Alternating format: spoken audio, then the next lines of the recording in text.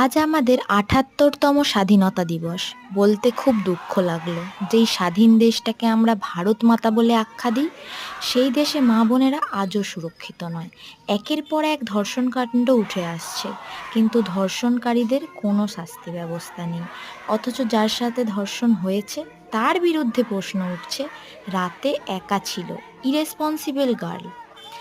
আমরা হাওড়া সাঁতরাগাছিবাসীরা একত্রিত হয়ে গত রাতে নারী স্বাধীনতার মিছিলে নেমেছিলাম। তার জন্য প্রশ্নের সম্মুখীন হতে হয়েছে, এক রাত বেরিয়ে কি হবে।